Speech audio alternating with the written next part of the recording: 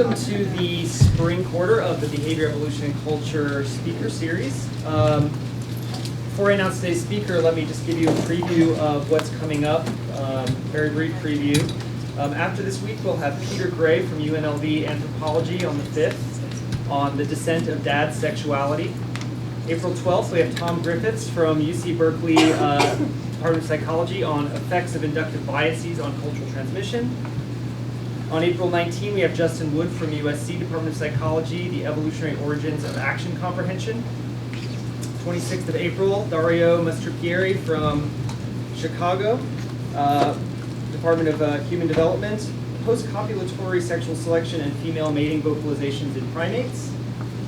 May 3rd, we have Ted Slingerland from UBC, Department of Asian Studies, Why Do Humanists Hate Vertical Integration?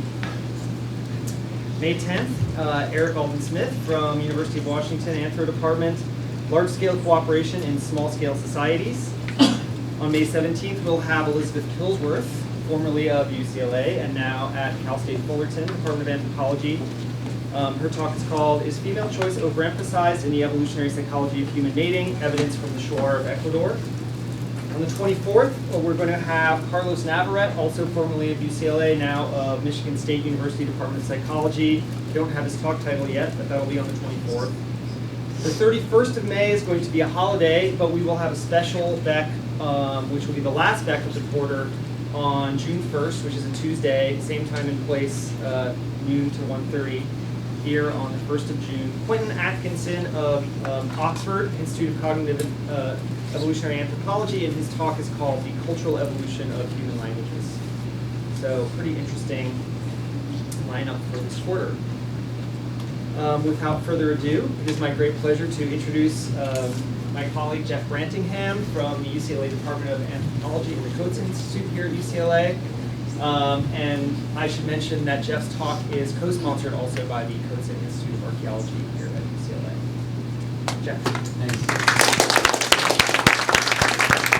So I'm probably being sponsored because I do some archaeology. Now, whether this talk actually broadens the definition of archaeology or would be seen as a pariah in the Institute of Archaeology, that is hard to say. As you'll note, as Joan noted, I'm outnumbered here by mathematicians that I'd like to acknowledge here. These are all the collaborators, or not all of them, this is many of the collaborators who've been working on a long-term project that I've been running here on looking at computational mathematical models of crime. And all the people here are the ones who contributed directly to some of the findings that I'm going to talk about here today. I just wanted to situate what we're talking about here. The overall project is really interested in looking at crime patterns in space and time, how it is that those patterns form, what are the fundamental mechanisms that drive those patterns. And so here you can see two areas or two different crimes in an area of LA, the Hollenbeck area of East LA. And we can see that they form nice, hotspots. And there are a variety of explanations for where this comes from. We have a sort of comprehensive theory. You can track that down in PNAS from actually 3 weeks ago if you want to have a look at that.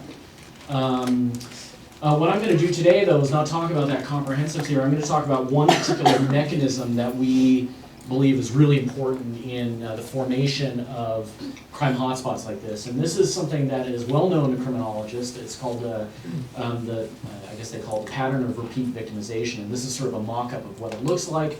And this is, you see this everywhere around the globe. You go to London or The Hague or to Los Angeles, Vancouver, Beijing, it's going to look like this. I mean, this is a very, very regular pattern, and what we're looking at here is along the x-axis, this is the days between repeat events at the same location. So you have a house, right? It's broken into on day T, and then sometime later it's broken into again. And this axis here measures the number of days that are separating those two events at that location. That is repeat victimization of that same location. And here is sort of a frequency of those occurring, or a probability of those things occurring. In general, what we can observe from this is that repeat crime is much more likely to occur in a short interval of time following the initial event than it is a long time after that initial event. Okay, and this is widely known. especially for burglary. We want to look at this and say, what's driving this pattern? What are the causes of this particular pattern right here?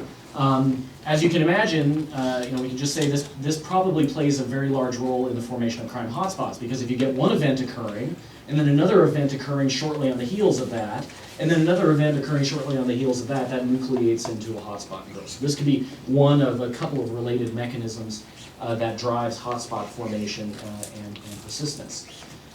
So we're going to try and explain where this particular pattern comes from. And so what I'm going to do is I'm going to talk about two very different causal models for this repeat victimization curve.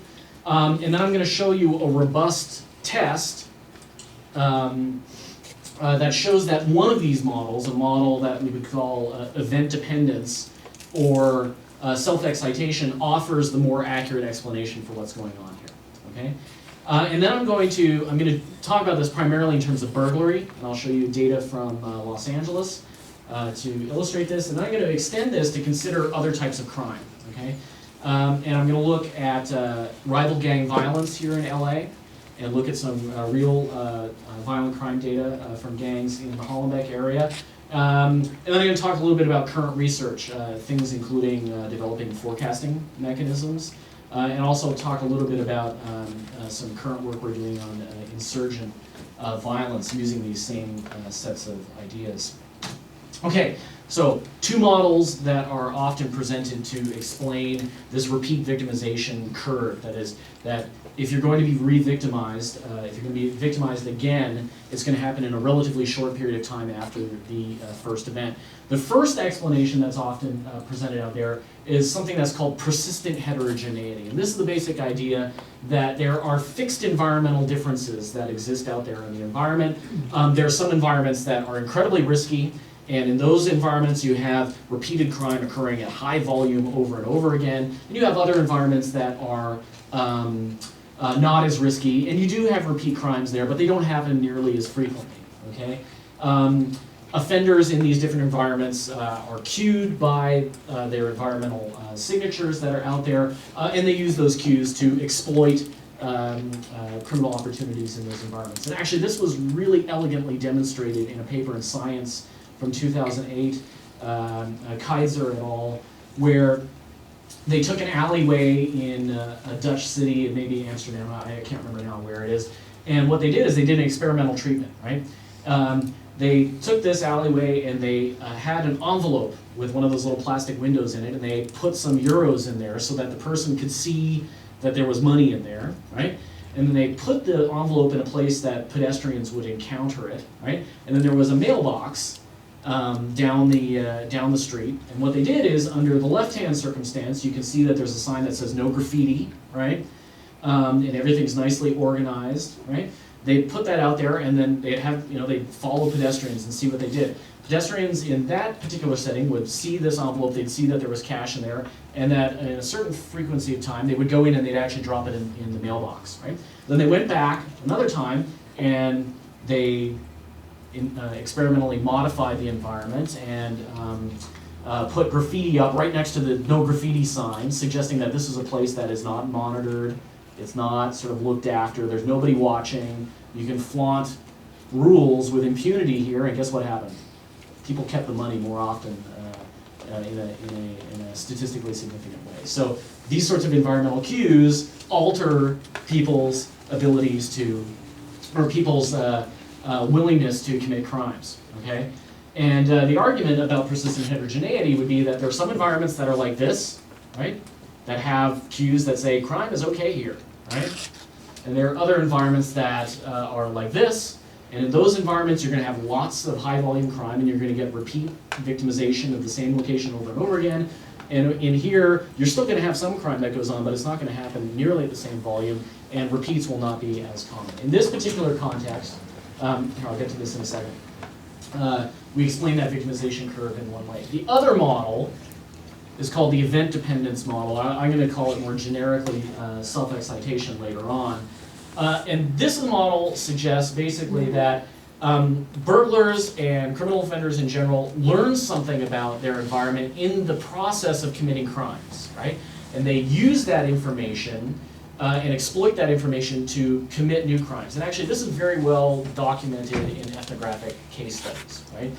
Fantastic work by Wright and Decker, among others, and their students, looking at active burglars in St. Louis, right? Going out, and these are guys that are actually committing crimes. They're not like an offender population that's locked up behind bars. These are guys that are in the process of committing crimes. And you go out and you ask them, they drive by a house and they say, oh yeah, I hit that house. Oh, why did you hit that house? And they say things like this. I always go back to the same places because once you've been there, you know just about when you've been there before, when you can go back. And every time I hit a house, it's always the same day of the week. I've done it before because I know there's nobody there. You know, they know something about that house. They know that the people aren't there. The last time they broke in, they stole a bunch of CDs and some cash and a gun and maybe some drugs. And then they saw there was a CD player and some other stuff that they couldn't carry away that time. And so they go back again because they learned something, right? So it's not about the environmental cues, it's about what it is that the offenders learn about their environment in the process of committing those crimes that brings them back to those same locations, okay?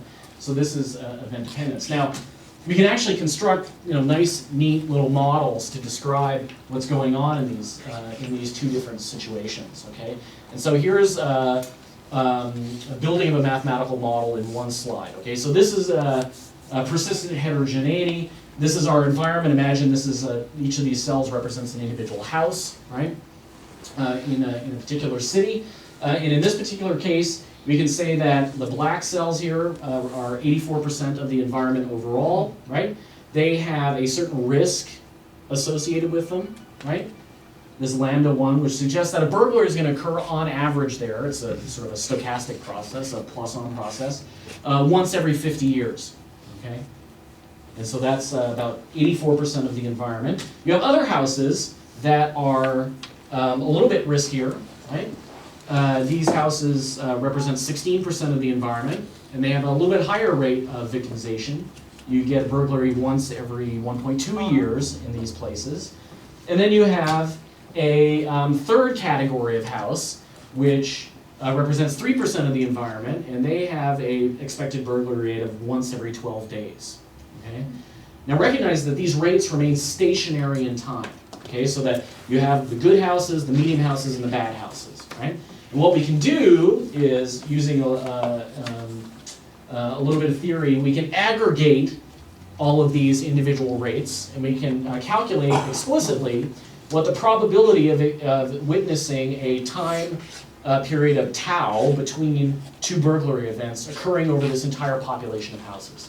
Okay, so there's the function describing that, and in this particular case, right, we use that function. This distribution is explained in the following way. Over here on this end, right, the close end of the curve, these are repeat events occurring at houses in the highest rate group, right? These are the really bad houses that keep getting hit over and over and over again, and they just remain that way, fixed in time. And out on the tail, you have the houses that are out in that very, very low rate group. They still get hit, random, right? But it happens very, very infrequently, and that's what dominates the tail. And of course, the middle houses in the middle rate group fall in the interior, okay, of this distribution. Okay, so what about the second model? This is an event dependence model. Now, rather than focusing on the environment overall, we'll focus on one house, okay? And in this particular case, just imagine that the house is in this current rate group, lambda 1 down here, right? And there's a burglary that occurs there, okay? At that moment, this house may transition to a variety of different states. And we can say, right, the burglar breaks in, stole a couple things, some cash off the dresser, whatnot, but didn't see a lot of stuff that they want to go back to, right? And with a probability of 0.84, it transitions back into this low ground state, right? But maybe the burglar breaks in and sees some stuff they want to go back, or maybe it was so easy they sort of store that information in the back of their head.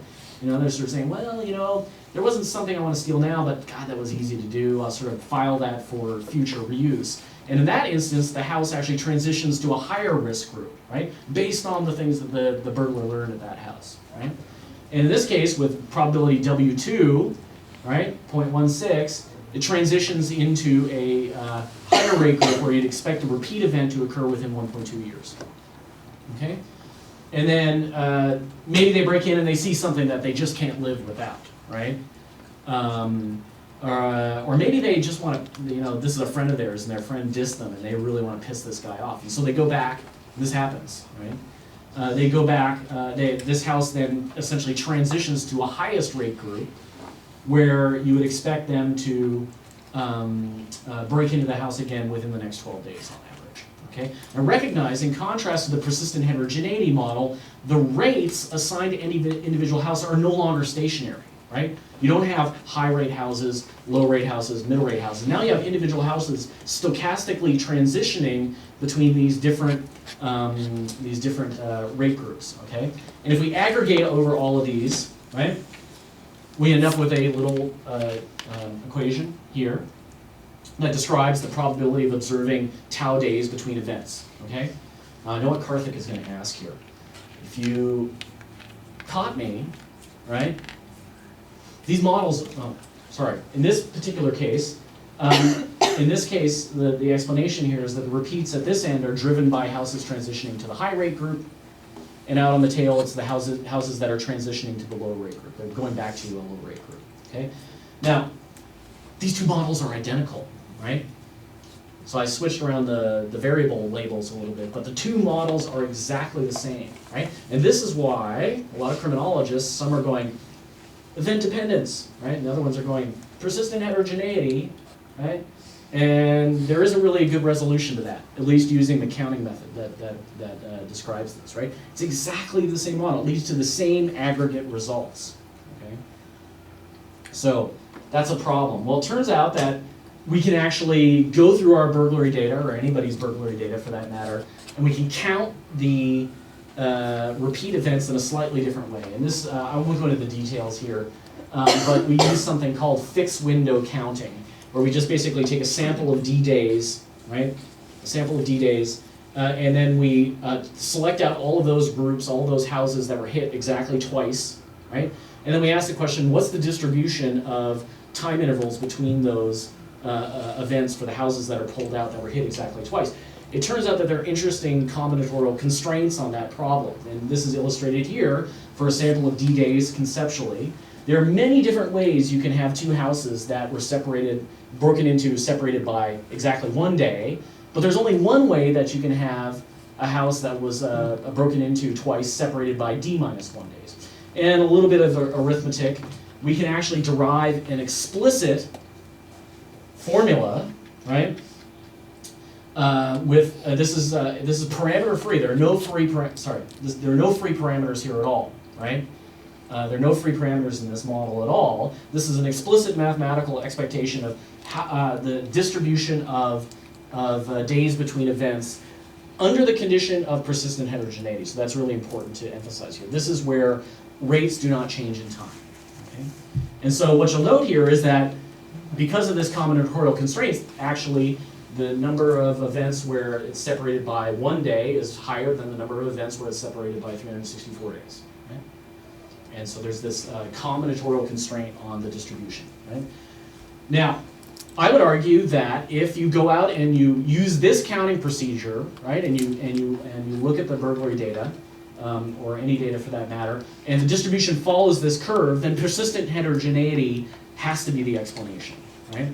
If it doesn't follow this, then some alternative explanation is the likely explanation, and I would say that event dependence is the likely one. And so, just to show you that I'm not lying about this, we can perform a little toy model simulation, basically implementing those two toy models that I showed you, right?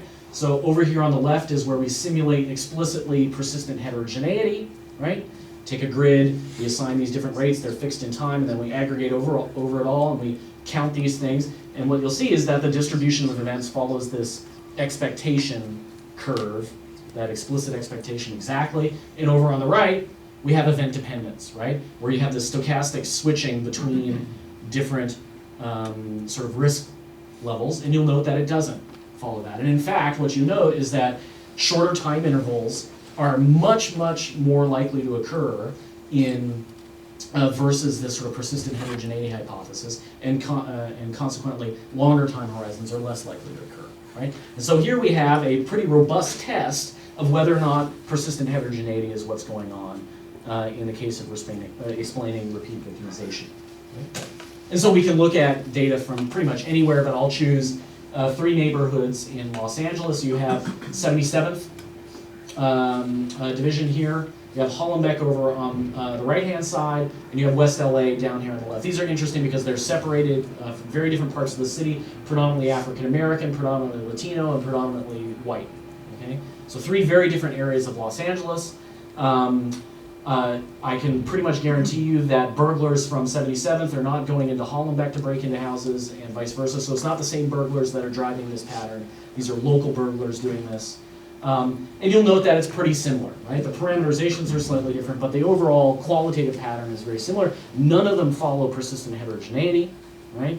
And so I would argue it's all about event dependence, or a lot of it is about event dependence. And that they're pretty similar to one another in terms of what's going on. So I've just shown you what the highest rate group is here. So in 77th, you're looking at 5 days between break-ins at the sort of highest risk state, 11 days here and 10 days here in West LA. Okay. So what's going on here? Well, I would argue that event dependence in the case of burglary explicitly is about street smarts, right? These are foragers, right? Who learn things about their environments, right? And they exploit those vulnerabilities because it leads to short-term, boundedly rational payoffs, right? And that burglars in West LA and 77th and Hollenbeck are essentially doing the same thing, right? I mean, they're all deploying these very generic, very effective strategies, regardless of what their particular settings happen to be. And again, we can look at the ethnographic data to support these sorts of things. So. Some more quotes here from Wright and Decker. I never go into a house where I don't know nothing about who's living there. You got to at least know something. I know what's in the house I'm going to hit. I've been. It could be a friend of mine. I could have been over at his house last week. I know he got a new VCR. We've been looking at movies. I know what time he works. I know where his wife is at. So on and so forth. They learn information about that individual and they exploit it for the purposes of breaking those things. Okay, I'd say that's smart. If you want to be a burglar, you do that, right? You exploit that information. Yes, Carter. In your event dependence model, the burglars are smart, but the homeowners are dumb. Meaning they don't adapt to being hit. So yeah. Well, so that's true. I mean, it depends on how you go about parameterizing the model. Most don't. So here's a nice anecdote, right? A friend of mine in West LA actually was broken into. They were away on vacation. They got home and they found out their house was broken into, and they called the LAPD. And they came in, and the police had said to them, "Oh, you've been broken into now. Don't worry, it's not going to happen again." Right? You've had yours. Somebody else. Don't worry. You don't need to change your behavior. All that sort of stuff. There you go. Or people have to go to work, right? They can't. They can't stay at home and guard their house. No, I don't mean that. But I'm wondering these houses that don't get hit very often. Yeah. They would get laxer, maybe. And the That ones don't that get hit repeated times might do a little bit more. Yeah, they might do a little bit some more, kind of but coevolution? okay. So, but recognize. I mean, I haven't told you about the quantities of these crimes. I mean, in LA in any given year, there's about 30,000 burglaries in LA City. So, I mean, it's just huge quantity of burglaries. So even if some people are being more diligent, more vigilant, this sort of stuff, it's small by comparison to the problem overall. Okay, so the question then is, okay, it sounds great for burglars, right? I mean, this makes sense. We can look at it in the burglary data. Street smarts makes sense. Burglars are most often engaging in their activities unimpeded, right? In fact, if you ask burglars, a lot of them specialize in burglary because they don't want to, they don't want to confront somebody. They want to do this solo. They don't want to, they want to run any risks of being hurt themselves and these sorts of things. And so those sort of street smarts make sense. But what about other types of crimes? Does this pattern sort of event dependence plan out? I mean, what about for gangs, right? Or for armed robbery, car theft, IED attacks? These sorts of things. You can imagine that all of these things might be sort of driven by a similar sort of mechanism, right? And I'll make the argument that in fact that is the case. Okay. Now, just recognize here that I've pitched this model in terms of burglary, but burglary is just an interesting and sometimes easy frame of reference to deal with, because the targets don't move around, right? The target is stationary in one place. You know, it doesn't change on the time scales. The house doesn't change on the time scales that are of interest to collecting crime data, right? Even if people move out, the people that move in afterwards are usually pretty similar to the people that were living there before. And so the change of the targets is pretty stationary in time. And so recognize that what we're looking at here is just a frame of reference at a stationary target. But in principle, we can look at any target, even mobile victims, right? So if our frame of reference is the mobile victim, right, then, you know, it doesn't matter whether a victimization event occurs here and then occurs here again. There can still be, it occurs in another location where they move somewhere else. If we're focusing on the victim, it still can be event dependence tied to that particular victim. And we can even do something that's, you know, aspatial in nature. And this is what I'll talk about in a little more detail. We can look at something like the social network of gangs, this is the Rivalry network for the 29 known gangs in the Hollenbeck area of Los Angeles. It was collected by my colleague George Tita at Irvine. And so there is spatial information in here, but in principle this is sort of an aspatial social network. These are who's enemy with whom, right? So who's in conflict with whom. And we can say, well, let's focus on an individual rivalry tie and say there's a flare up here, and then there's another flare up there. We can have repeat sort of events that occur between these nodes in the network, right? It's just changing your frame of reference. But the dynamics, the driving dynamics, can be essentially the same thing, right? And just to show you that this actually pans out, this is not graphed in exactly the same way, but this conveys the same image. Over on the right-hand side, this is the expected frequency distribution if for this gang network, it was all about persistent heterogeneity, that some rivalries had high, persistent, unchanging rates of conflict, and other rivalries had low, persistent, unchanging rivalry ties, right? That's what you would expect over there, the distribution. And here, over on the left, you see the actual distribution of between gang violent events, okay? And you'll see that they're not graphed together, but you'll see that it does not follow this curve at all. In fact, it has things that are stacked much more highly in the short time interval and things that are less common in a long time interval. Exactly like what you would expect for event dependence. Yeah, Carter. So what kind of process would lead to hitting them again, like winning decisively, or? I'll get to this. Yeah. So, yeah, what is the motive, right? I mean, so is it street smarts or is it something else? I would argue that, yeah, motive is important, but the outcome at the end of the day is pretty much the same, okay? And so, you know, it's well documented in street culture environments and among gangs, right, that reputation is the thing that matters, right? So Kate, cover your eyes. And plug your ears. I mean, reputation is the currency on the street, right? It's not that there isn't economic incentives out there, but reputation is what's really going on here. I was joking, Kate. You've probably heard these things in middle school, right? I'll bleep it out for you. But when you talk to gangbangers and you talk to people who are out there on the street, they tell you that if somebody comes and gets you, then you've got to hit them harder than what they gave to you. That means it's not about proportional response. It's about restoring your reputation and making sure that nobody comes back and hits you again, right? So those guys will think twice about coming after you the next time, right?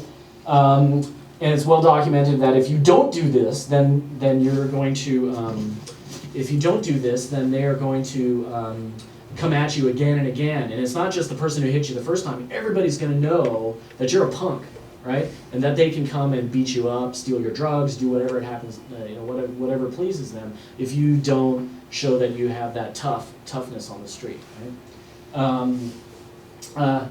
And so I would argue that actually this mechanism is very similar to the event dependence mechanism that's underlying burglary. The motivation is different, but the sort of mechanism, the statistical mechanism, if you will, is very, very similar.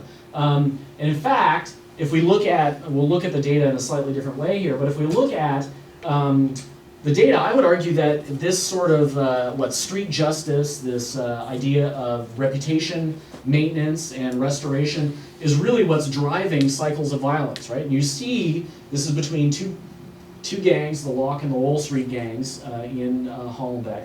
And what you see is something very much akin to repeat victimization. You get abrupt onsets of events. You get one shooting between two gangs. Then you get a whole series of events that follow one after another. That one event leads to repeat victimization in the opposite direction, and then that leads to another repeat in the opposite direction, and so on and so forth until it sort of peters out, right? And then these are separated by long temporal gaps. Right? And in fact, these data are just another way of looking at that previous graph that showed you that it really doesn't follow persistent heterogeneity. Okay?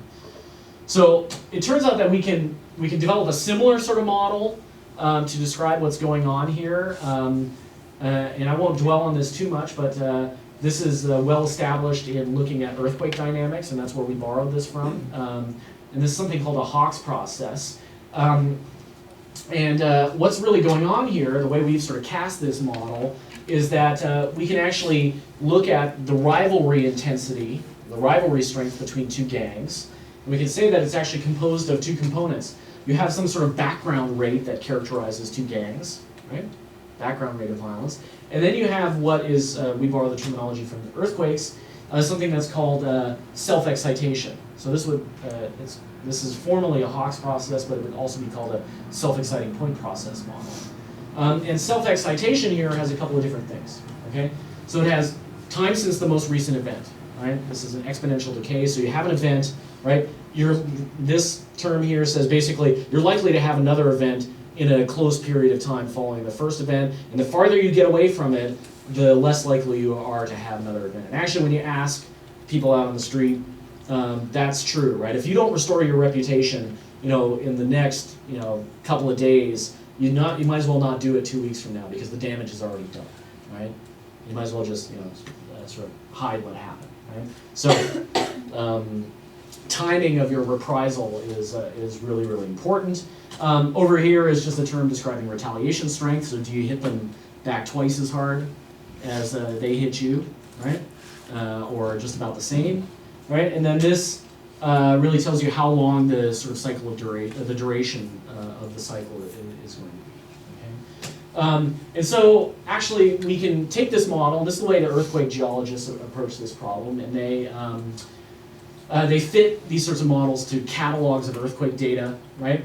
Using maximum likelihood estimation, right?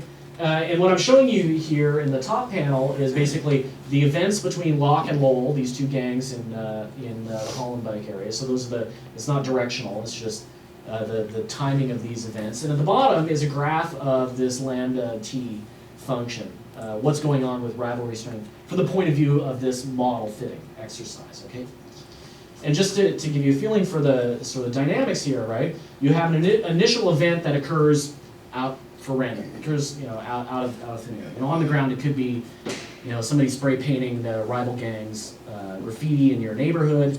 Could be, guys bumped into one another at a Taco Bell and exchanged words, or anything could spark this, right? But it occurs from a statistical point of view at random. And then what happens is you get a series of ramping up events. First event self-excites the rate goes up, or the risk goes up, and you get another event, and then the risk goes up again. And then you get a little petering out, right? So the events go down a little bit, and then there's another event that spikes this up, and then eventually it peters it out, people get tired, police presence is too high to continue this rivalry, what have you, but it peters out over time. And so this would be sort of the way this model conceptualizes what's actually going on in the rivalry strength between these two gangs. And we can do a variety of things with this sort of model. So the actual data up here is simulated down below, and this is just one realization of this, but if you do it over and over again, you look at the statistical properties of this, not surprisingly, since we're fitting the model to the data, the sort of broad statistical properties of this fit model match very well what's going on in the actual data. Now what's interesting about this, and what leads to pretty, maybe non-intuitive observations is if when we look at our entire network of gangs, right, this is a very non-stationary, very dynamic set of rivalries, right? Okay, so what we've done here is we've gone through the historical data for Hollenbeck, and we've looked at all 29 gangs. I've only graphed these gang pairs here for you. And what you'll note about this is that there are a couple of interesting things. First of all, different gangs have different sort of baseline rivalry strengths, right? So TMC and Quattro right here has sort of the highest baseline rate. This is sort of this baseline level that you see over time. Whereas another one like the 8th Street and VNE have a lower rate. But in different instances, you'll have individual gangs whose rivalry flares up, and the strength of that rivalry surpasses other gangs, right? So, good example of this is that overall, you might be most concerned about TMC and Quattro here, but during this particular time interval, this is calibrated off of real days, the VNE Opal Street rivalry is the one that is really most critical at this point, and so you'll jump between VNE Opal and between TMC Quattro, and over here you have Clarence and Primera. Here are the gangs, and so through time, different gangs are the ones that are responsible for the majority of the gang violence that may be going out there on the street. And this is something that law enforcement might not recognize. They might consider shootings between TMC and Quattro the same as Clarence and Primera. In general properties, they're not, right? They differ in both their baseline characteristics and the sort of temporal dynamics, that is, they fluctuate over one another through time. So, I would argue on the basis of this evidence, both from burglary and from the gangs, that actually this idea of event dependence and maybe specifically approaches like using self-exciting point process models gives us a good general statistical structure that characterizes these crimes that seem very, very different, and in fact in their motivations may be very different, but from a dynamics point of view, they're very, very similar to one another, right? They lead to very similar dynamics, and so event dependence is a common process that's driving at least these two types of crimes, and I would say, the vast majority of crimes. The specific mechanisms or the specific motivations may differ. It might be street smarts in some case, and it might be street justice in other cases, but the outcomes are really very much the same. And in this particular case, the Hawks process, for just looking at time, is a very flexible representation. Okay, so a couple final points here. We've started to look at how broadly applicable this may be, including looking at things like insurgent violence in Iraq and Afghanistan. Not surprisingly to me, actually, the patterns are very, very much the same, with some interesting differences. So what you're looking at here is data from Iraq, looking at exact repeat IED attacks at single locations, right? So you have a single location, you have IED attacks that occur there, and we can look at basically the time between recorded attacks at those locations. This is the way we've gone about this analysis is slightly different because I'll tell you why it's different in a second here, but this is essentially coming to the same conclusion using a Monte Carlo method where we essentially randomize the time between events, holding the number of events occurring at individual locations consistent with the real data. And what you'll see here is that for a persistent heterogeneity hypothesis, where it's basically bad places have IED attacks and not and places that are not so bad have fewer attacks, represented by these red lines. This is the mean expected value. This is the expected value. These are the 99% confidence intervals. And then the white crosses here are the actual time intervals between attacks at individual locations. And what you'll note is that, just like with burglary, and just like with the case of gang violence, the events are likely to be separated by relatively short intervals of time, and that it greatly exceeds what's going on down here near the origin. That short intervals of time between attacks are what should be expected here, and it's greatly in excess of what is expected for persistent heterogeneity. This suggests that some kind of event dependence is going on here. What's the mechanism? Well, if you found a great place to emplace IEDs, you can get there, and you can get there unsupervised, and you can get there again and again, and there's a lot of traffic there, a lot of potential targets, then that is going to be a good place to go. So is that sort of a question of street smarts? Yeah, to a certain extent, a broad categorization. It's exploiting the vulnerabilities, learning about the vulnerabilities and exploiting those vulnerabilities over and over again. Now what's interesting about these data, in contrast to, say, the gang data or the burglary data, is that this model, like the Hawks model here, in the case of most of the crime data, we can go through and fit these models and have this be just a constant, a stationary background rate, that there's just some sort of stationary rivalry tie between two gangs that doesn't really change through time, right?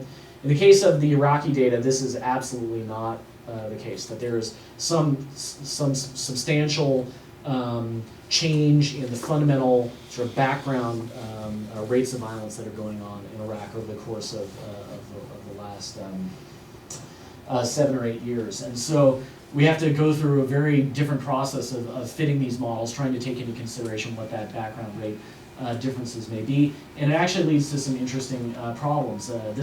Since earthquakes don't have variations in background rates like this, nobody's really done the math or the statistics to work out these sorts of problems. And that gets the math guys excited. If nobody's done it before, then that's pretty neat. So this is one sort of interesting dimension of the work that we're working on. We're also using these models in the spatial context. Okay, so I only talked about time, right? But it turns out that crimes are correlated both in space and time, right? So hotspots are not just about events occurring in rapid succession to one another in time, but in rapid succession to one another in time and clustered densely in space.